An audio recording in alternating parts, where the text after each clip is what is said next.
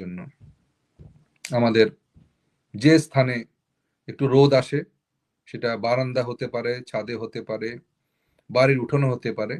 আর যাদের ভূমি আছে, চাষাবাদযোগ্য ভূমি আছেন, ওই সেখানে মাটির উর্বরা শক্তিকে বাড়িয়ে এবং মাটিতে সার, যে সার আপনার হয়তো কিনতে হবে না, আপনি প্রত্যেক দিন যেই রান্নাগুলো করেন বাসায়, যে গৃহস্থালী এবং পাকের ঘর থেকে যেই উচ্ছিষ্টগুলো তৈরি হয়, সেগুলোকে যদি আমরা কম্পোস্ট সারে পরিণত করি, ডিকম্পোজিশন হওয়ার পরে একটি সময় পরে সেটা একটা উর্বর সারে পরিণত হয়। সেই সার আমরা আমাদের জমিকে প্রস্তুত করার জন্য, বা যে জায়গাটাতে আমি একটু ছোট করে বাগান করব ফসল উৎপাদনের জন্য, সেটাকে প্রস্তুত করার জন্য আমরা ব্যবহার করতে পারি ক্রমাগতভাবে। কারণ আমাদের গৃহস্থালী রান্নার থেকে প্রচুর আপনার জৈব সার আমরা উৎপাদন করতে পারি। আর যাদের হয়তো গরু আছে বা ঘোড়া আছে, অথবা যারা হাঁস মুরগি পালেন, সেগুলোও আমরা ওই একটি গর্ত করে অথবা একটি বন্ধ মুখ করা, সেখানে কিছু মাটি আগে থেকে আছে, সেখানে যদি কেঁচো তৈরি হয়, কেঁচো সে কাজটা করবে। কেঁচো তার ভিতর থেকে কম্পোজিশন করে, এবং সেখানে বায়ুর চলাচল থাকতে হবে নিশ্চয়ই। সেরকম একটা পদ্ধতি আমরা জেনে নিতে পারি আমাদের সদিচ্ছা যদি থাকে। আমরা জমি প্রস্তুত করি, সেখানে কিছু পরিমাণে, আমরা তো সব জায়গায় ধান চাষ করতে পারবো না, তো ধানের খাদ্যের যে বিকল্প, যেমন ধরুন ভুট্টা, কর্ন, খুব সহজে বাংলাদেশে হয়, সারা বিশ্বেই এমন একটি ফসল যেটা ভুট্টা, যেটাকে আমরা কর্ন বলি, সেটা ভাতের একটা বিকল্প খাবার, সেটা আমরা উৎপাদন করতে পারি এবং সেটা সংরক্ষণও করা যায়। কর্নকে আপনি শুকিয়ে আবার সেটা সংরক্ষণ করা যায়, কাঁচা কর্ন খেতে বেশ উপাদেয়, সারা বিশ্বে সেটার প্রচলন আছে এবং এটা বেশি স্থান নেয় না, সহজে উৎপাদিত হয়। আর সেটা শেখার জন্য যে পদ্ধতি, সেটা আমরা আমাদের বিভিন্ন ধরনের জ্ঞান কোষ থেকে আমরা সেটা সংরক্ষণ করতে পারি, নিতে পারি, গুগল থেকে নিতে পারি, ইউটিউব থেকে নিতে পারি, অথবা আমাদের যিনারা কাজ জানেন বইপত্র পড়তে পারি। এর পাশাপাশি আমরা মিষ্টি আলুর যেই লতাটা এবং গোল আলুর লতাটা, সেটাও কিন্তু রান্নার একটা শাক, ভালো সবজি। মিষ্টি আলু প্রচুর পরিমাণে ফলন হয়। রসুন বুনতে পারি, পেঁয়াজ বুনতে পারি, যা যা আমাদের প্রয়োজন, কিছু কিউকাম্বার, শশা সারা বছর হয়, এখন যদি আপনি সেই তাপমাত্রাটা রক্ষা করতে পারেন। পাশাপাশি ঢেঁড়স, যেটাকে আমরা অনেকে লেডিস ফিঙ্গার, অনেকে ওকরা বলি। আর এর পাশাপাশি শাক সবজি, তরি তরকারি, পুঁই শাকের ডাটা এনে লাগিয়ে দিলে সেখান থেকে শ্যাম মেলে। যদি আর একটু বেশি জায়গা থাকে, মাটির যদি গভীরতা থাকে, 12 মাসি ফল পেঁপে করতে পারেন, পেঁপে লাগাতে পারেন। এভাবে আপনাকে আত্মনির্ভরশীল হতে হবে। আপনার যদি একটুখানি জমি থাকে, সেখানে একটি তেলাপিয়া মাছের চাষ খুবই সহজ এবং খুবই উৎপাদনশীল। তেলাপিয়া মাছ খুব দ্রুত বংশ বিস্তার করে, আপনারা সেটা করতে পারেন। আমি এই কথাগুলো আজকে মে মাসে বলছি, কারণ আমরা যখন দেখতে পাই যে দূর ভবিষ্যৎ, তখন আমাদেরকে ভবিষ্যতের পরিকল্পনাটাও করতে হয় সাথে। একটি কথা আছে, ভবিষ্যতের ভাবনা ভাবাই হলো জ্ঞানীর কাজ।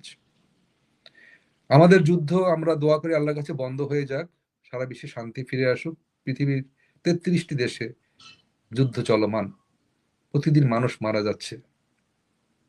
তাদের হয়তো বাগান করার মতো ওই সময় বা ওই অবকাশও নেই। তারা দুর্ভিক্ষে আক্রান্ত, ক্ষুধার্ত মানুষ খাদ্যের লাইনে দাঁড়াচ্ছে, ক্ষুধার জ্বালায় তারা সেই লাইনে ঘন্টার পর ঘন্টা দাঁড়িয়ে যখন খাবার পায় না, বিনিময়ে একটি বুলেট পায় বা একটি বোমের ধামাকা তাদেরকে ছিন্ন ভিন্ন করে, এর চেয়ে মানবতার কি পরিহাস আধুনিক বিজ্ঞানের যুগে আমরা বিশ্বকে দিতে পারলাম। সেটা বিশ্ব নেতৃবৃন্দের কাছে, তাদের বিবেকের কাছে আমাদের মিলেনিয়াম টিভির এই অনুষ্ঠানের মাধ্যমে প্রশ্ন রাখলাম। আপনাকে ভুলে গেলে চলবে না মাননীয় প্রেসিডেন্ট, আপনাকে ভুলে গেলে চলবে না মাননীয় প্রধানমন্ত্রী, আপনাকে ভুলে গেলে চলবে না মাননীয় সেনাপতি। আপনি যে মায়ের উদরে জন্ম নিয়েছেন, আপনাকে জন্ম দিতে মায়ের যে কষ্ট হয়েছিল, ত্যাগ হয়েছিল, এক একটি সন্তানকে যাদেরকে আপনারা একটি গুলি করে একটি বোমা মেরে উড়িয়ে দেন, মেরে ফেলেন, পঙ্গু করে দেন, ওই সন্তানগুলোকে একটি মা কত কষ্ট করে 9টি মাস ধারণ করে এবং কত কষ্ট করে লালন পালন করে কত বড় স্বপ্ন নিয়ে বেড়ে বড় করে তুলেছিল। আপনারা যখন সেই শিশুগুলোকে বোমা মেরে মেরে ফেলেন, স্কুলের মধ্যে গুলি করে মেরে ফেলেন, আপনাদেরকে কি জবাব দিতে হবে না? নিশ্চয়ই হবে। কারণ ইলন মাস্ক ইলন মাস্কের মতো একজন বড় শিল্প উদ্যোক্তা, একজন বিজ্ঞান মনস্ক পুঁজিপতি বলেছেন, কিছুদিন আগেই বলেছেন যে there can not be everything created but just by itself. There is a creator who is somewhere in this universe. কারণ উনি যখন রকেট পাঠাচ্ছেন, গল্পটা এরকম হয়ে যাচ্ছে যে আমি নদীর পাড়ে গিয়ে দাঁড়ালাম, একটি গাছ অটোমেটিক স্বয়ংক্রিয়ভাবে তক্তা হয়ে গেল, কাঠের টুকরো হয়ে গেল, এবং সেখান থেকে কাঠগুলো পানিতে ভেসে পেরেকগুলো অটোমেটিক গেথে গিয়ে একটি নৌকা হয়ে গেল। সব অটোমেটিক হচ্ছে, এমনটা কি আসলে হয়? যত অটোমেটিক গাড়ি, তার পিছনে একজন সফটওয়্যার লেখক আছে যে সফটওয়্যারটা লিখেছে, যে কিনা ওই সফটওয়্যারটাকে ওইভাবে আবার প্রয়োজনে পরিবর্ধন এবং সংস্করণ করে। সো এত বড় বিশ্ব ব্রহ্মাণ্ড কিভাবে একজন আল্লাহর, একজন সৃষ্টিকর্তা ছাড়া তৈরি করা সম্ভব? কিভাবে বা এগুলো এত প্রিসাইজ ক্যালকুলেটিভ ওয়েতে ঘূর্ণায়মান আছে বা চলমান আছে? যেহেতু সবকিছুর পৃথিবীতে একটি শুরু আছে প্রিয় দর্শক, তার একটা শেষও আছে। আমি যখন কিছুই ছিলাম না, তখনও একজন ছিলেন পৃথিবীতে, তিনি হলেন রাব্বুল আলামিন। আমি যখন শূন্য ছিলাম, এখন কিছু একটা হয়েছে, একটা মানুষ হিসেবে পৃথিবীতে এসেছি, আপনাদের সামনে কথা বলছি, দৈনন্দিন কাজ করছি, সংসার করছি, পরিবারের দায়িত্ব পালন করছি, মানুষ হিসেবে সমাজের দায়িত্ব পালন করছি, পিতামাতাকে ভালোবেসে পিতামাতার প্রতি কর্তব্যের প্রতি সোচ্চার থেকে দায়িত্ব পালন করছি, সন্তানকে বেড়ে তোলা, সুনাগরিক হিসেবে গড়ে তোলার জন্য একটি নিরাপদ আবাসস্থল হিসেবে বিশ্বকে গড়ার জন্য কাজ করছি। এই আমি একসময় আবার জিরো হয়ে যাব, আমি মাটির সাথে মিশে যাব, আমি নাই হয়ে যাব।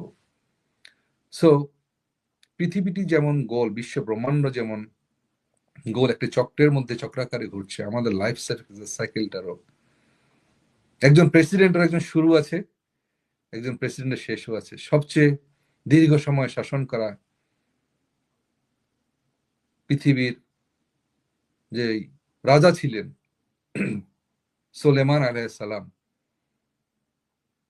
যিনি সারা বিশ্বের রাজা ছিলেন, উনি ঠিক এইভাবে একটি লাঠির উপরে ভর দিয়ে মুখটাকে রেখে বসে থাকা অবস্থায় উনি পৃথিবী থেকে মৃত্যুবরণ করেছেন। ওনার হুকুমে ওনার যেই শ্রমিকরা ছিল, জিন জাতিরা ছিল, তারাও ওনার অনুগত ছিল। তারা ওনার নির্দেশ পালন করতে করতে পৃথিবীর বিভিন্ন ঢাল, বিভিন্ন বাঁক, বিভিন্ন বড় জলাধার, বিভিন্ন বড় দিঘি এবং লেক, এমন এমন কাজ তারা করেছে যেগুলো আসলে এখন আমাদের কাছে সপ্তাশ্চর্য বলি, যেগুলো কিভাবে মানুষ করলো। এদের অধিকাংশগুলো সুলেমান আলাইহিস সালামের সময় করা প্রিয় দর্শক। কারণ জিনরা এত ক্ষমতাধর, এত শক্তিমান হিসেবে আল্লাহ তাআলা তৈরি করেছেন। সুলেমান আলাইহিস সালামের সভাসদে উনি যখন রানী বিলকিসের উপর সিংহাসনটি ওনার দরবারে হাজির করার ইচ্ছা পোষণ করলেন, রানী বিলকিস যখন ওনার চিঠি পেয়ে হাজির হলেন, সৈন্য সমাবেশ করে সারেন্ডার করবেন বলে, তার আগেই চোখের পলকে ওই জিন এত বড় একটি সোনালী সিংহাসনকে আপনার সাবা দেশ থেকে, যে দেশের রানী ছিলেন বিলকিস, সে সাবা নামক দেশ থেকে ইনি সোলেমান আলাইহিস ইসলামের রাজ্যে উনি হাজির করলেন, ওনার সামনে হাজির করলেন। ওই জিন জাতি এমন এমন কাজ পৃথিবীতে করেছে যেগুলো আমাদের কাছে এখনো স্বপ্নাচার্য, অত্যাচার্য। আমরা ভাবি মানুষ কিভাবে এগুলা করলো। এখন সেগুলো ওইরকম একজন রাজাও এমন ভাবে মারা গেলেন নিঃশব্দে, যার যে লাঠির উপরে কেইন, যেটা কেইন বলা হয়, লাঠির উপর, ওই লাঠিটাকে ঘুনে খেয়ে একদম ঝুরঝুরো করে উনি যখন বাতাসের ঝাপটায় পড়ে গেলেন, তখন জিনরা, ওনার দাস বা ওনার ওই প্রজা জিনরা অনুভব করলেন যে উনি তো ইন্তেকাল করেছেন। তো আপনি যিনি প্রেসিডেন্ট, ক্ষমতাধর, বিশাল অস্ত্র ভান্ডার অধিকারী, বিশাল অর্থনীতির অধিকারী, এই ভেবে আপনার পেশি শক্তি, আপনার সিদ্ধান্তকে বিশ্বের মানুষের উপর চাপিয়ে দিতে চান, আসুন এই অনুভবে আসুন যে আপনি এমন একজন মানুষ, কত ভর না বলা, আপনি ফেরেশতাও না। আপনি যে খাবারটি খান, সে খাবারটা যদি একটু দূষিত থাকে, আপনাকে ঘন ঘন বাথরুমে যেতে হবে, আপনার পেটের পীড়া হবে। আপনি এমন কোনো মানুষ না যে নাকি বাথরুম ইউজ করেন না। আপনাকে প্রকৃতির ডাকে সাড়া দিতে হয়। আপনি কিসের ক্ষমতার বড়াই করছেন হে বিশ্বের ক্ষমতার অধিপতি, প্রধানমন্ত্রী, প্রেসিডেন্ট, রাজনীতিবিদেরা? আপনি যখন অসুস্থ হন, তখন আপনি হয়তো বুঝতে পারেন যে যে পীড়িত, আত্মপীড়িত, তার কি জ্বালা। বাংলা একটি কবিতা আছে,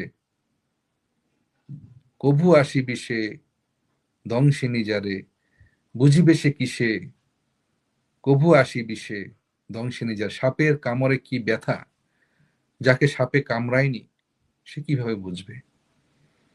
আপনার জনগণ, আপনার এই আমেরিকাতে বসে আমি শান্তিতে আছি, কিন্তু একই মুহূর্তে সন্তানদেরকে লেখাপড়া শেখাচ্ছি। বিশ্বের বিভিন্ন দেশের মানুষ লেখাপড়া, তার অন্ন বস্ত্রের নিরাপত্তা নেই, সে কোথায় স্বাস্থ্য আর চিকিৎসা বা শিক্ষার কথা তো বাদই দিলাম। পৃথিবীর এমনও দেশ আছে যেখানে যুগের পর যুগ যুদ্ধ বিগ্রহ লেগে আছে, অথচ ওই দেশেরই নাগরিক ডোনাল্ড ট্রাম্প, তার দেশে এসে ফিলিস্তিনের নাগরিক রসায়ন শাস্ত্রের উপরে নোবেল প্রাইজ পায়।